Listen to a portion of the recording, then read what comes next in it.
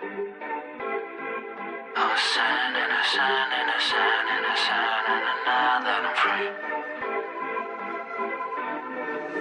crazy how Allah brought us close to the thing. Sammy Tyson thuggin', he was running the streets. Jay embraced Islam at the age of 15.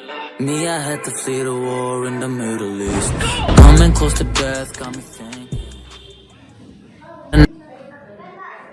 Assalamualaikum warahmatullahi wabarakatuh. Waalaikumsalam warahmatullahi wabarakatuh. Baik, perkenalkan kakak-kakak di sini dan Bos Politeknik Negeri Ujung Pandang. Jadi kedatangan kakak ke sini tuh mau mensosialisasikan atau mengajar adik-adik semua tentang bagaimana itu Al-Quran istilahnya. Baik, jadi langsung saja. Sebelum itu perkenalkan diri dulu, Dik. Perkenalkan, saya Kakak Adila.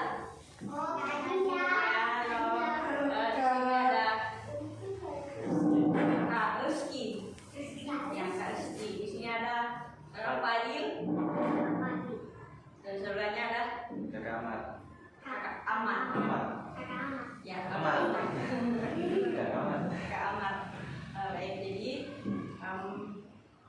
materi kali ini kami kakak-kakak sekalian akan membawakan tentang Al-Quran.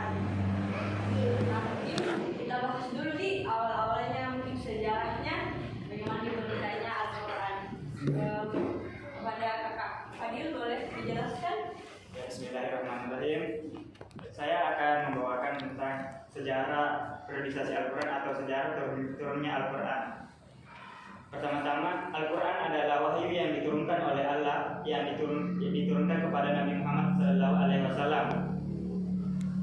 Yang para ulama membaginya menjadi dua periode, yaitu periode sebelum hijrah dan sudah hijrah. Yang pertama yaitu periode sebelum hijrah, yang dinamakan yaitu ayat-ayat Makkiyah atau ayat-ayat ini atau surah yang diturunkan di kota Mekah. Dan pada periode ini ayat-ayat yang diturunkan di kota Mekah yaitu yang lamanya yaitu 12 tahun 5 bulan, yang diturunkan pada 17 Ramadan atau 610 Masehi.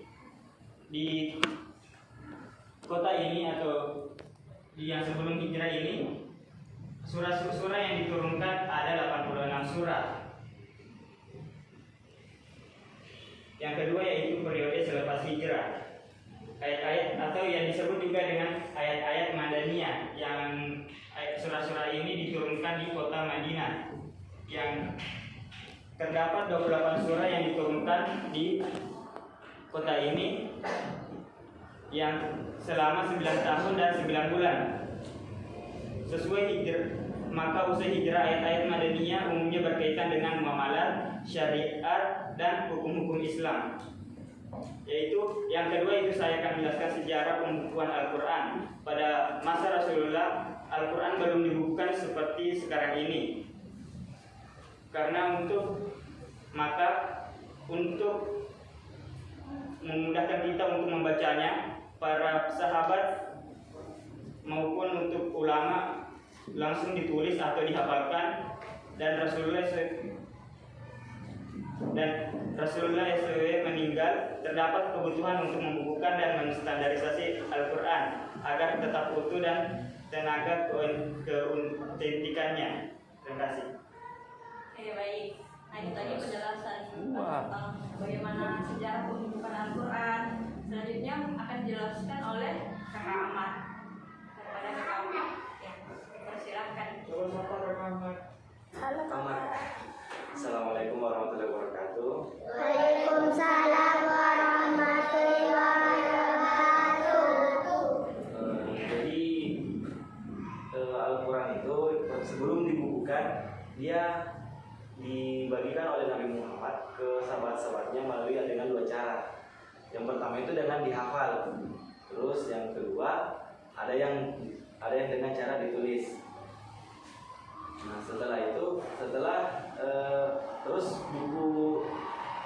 terus kitab Al-Quran itu pas diturunkan tidak langsung jadi. tidak langsung jadi. Dia itu diturunkan per ayat-ayat. Pembukuannya itu Al-Quran itu dibukukan setelah Nabi Muhammad meninggal.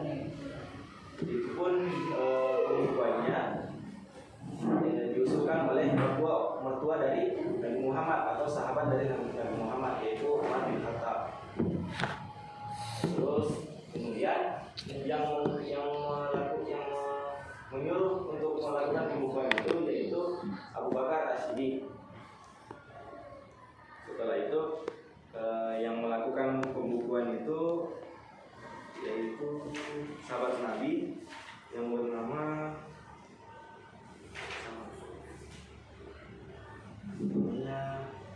Zaid ibnu Sabit yang membukukan. Zaid ibnu Sabit yang menerapkan Zaid ibnu Sabit. Setelah itu pembukuannya itu dilakukan setelah perang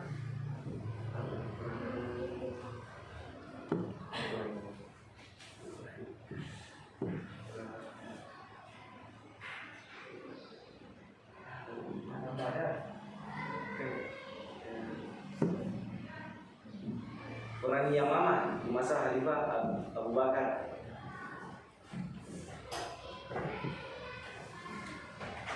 Nah, itulah materi dari saya.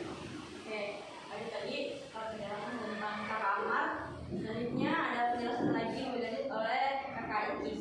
Baik, saya melanjutkan materi dari Kak Amar tadi. Pada malam ini Allah Subhanahu wa Ta'ala menurunkan Al-Quran secara keseluruhan dari Lauh Mahfuz ke Baitul Izza atau langit dunia. Wahyu pertama yang diterima oleh Nabi Muhammad SAW adalah meresmi pelantikannya sebagai rasul yang diutus untuk umat manusia. Sejak itulah juga penyiaran Islam pertama kali dimulai dari dakwah sembunyi-sembunyi hingga dapat terang-terangan sebagai kitab tujuan berfungsi sebagai landasan dasar ajaran Islam dan pedoman hidup manusia di dunia dan akhirat. Karena itulah isi Al-Quran tergolong lengkap mulai dari sejarah hukum, etika dan sebagainya. Adapun isi pokok Al-Quran secara umum terdapat 6 isi. Yang pertama itu akidah.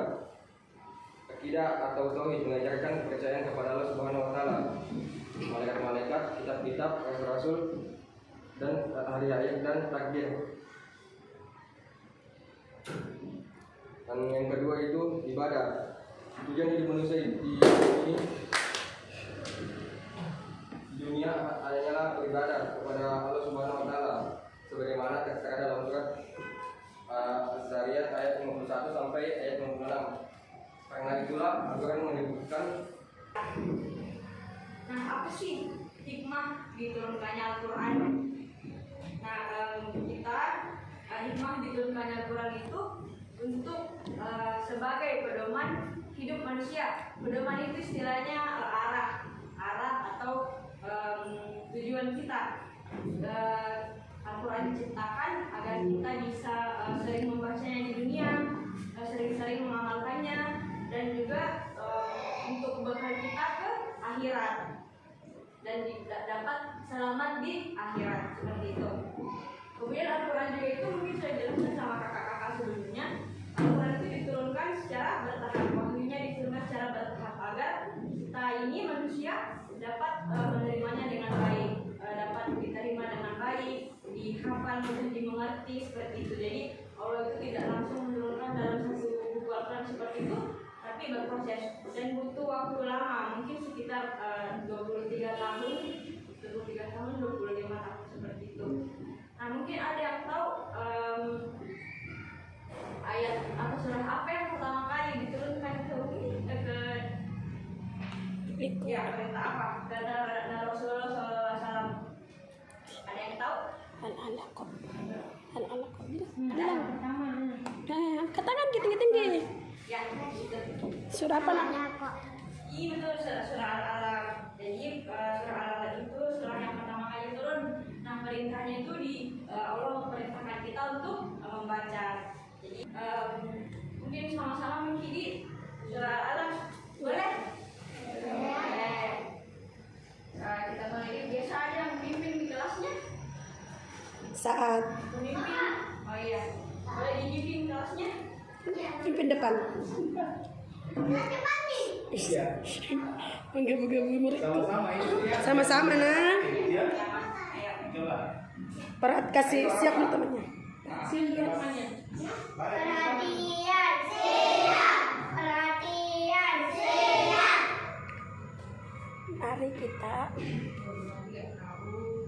Mari kita baca surah Al-Alaq. Al-Fatihah. A'udzubillahi minasyaitonirrajim. Bismillahirrahmanirrahim.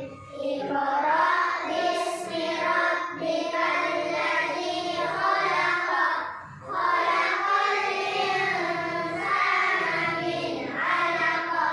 Iqra wa rabbukal akram. Alladzi 'allama bil qalam. 'Allamal insana ma lam ya'lam. Kalla innal insana layatgha ar-ra'ahu istaghna. Inna ila rabbikar ruj'a. Ara'aita alladzi yanha 'abdan idza shalla. Ara'aita in kana 'alal huda aw amara bittaqwa. Ara'aita in kazzaba wa tawalla. Alam ya'lam bi anna Allaha yara. Kalla la'in lam yantahi lanasfa'an bin-nasiyah. Nasiyatin kadhibatin khashi'ah. Falyad'u nadiyah. Sanad'u az-zabaniyah. Kalla la tuti'hu wasjud waqtarib. Insyaallah. Tangan dulu. Tepuk tangan dulu dong untuk kita semua. Sisaan. Alhamdulillah Bapak semua. Jadi dari setelah penjelasan kami dari kakak-kakak di sini, sebelum kita tutup ada sedikit hadiah dari kami untuk adik-adik semua. Dari bilang apa Ki? Bilang apa? Cuma Rafa. Semua aja. Bilang makasih Kak.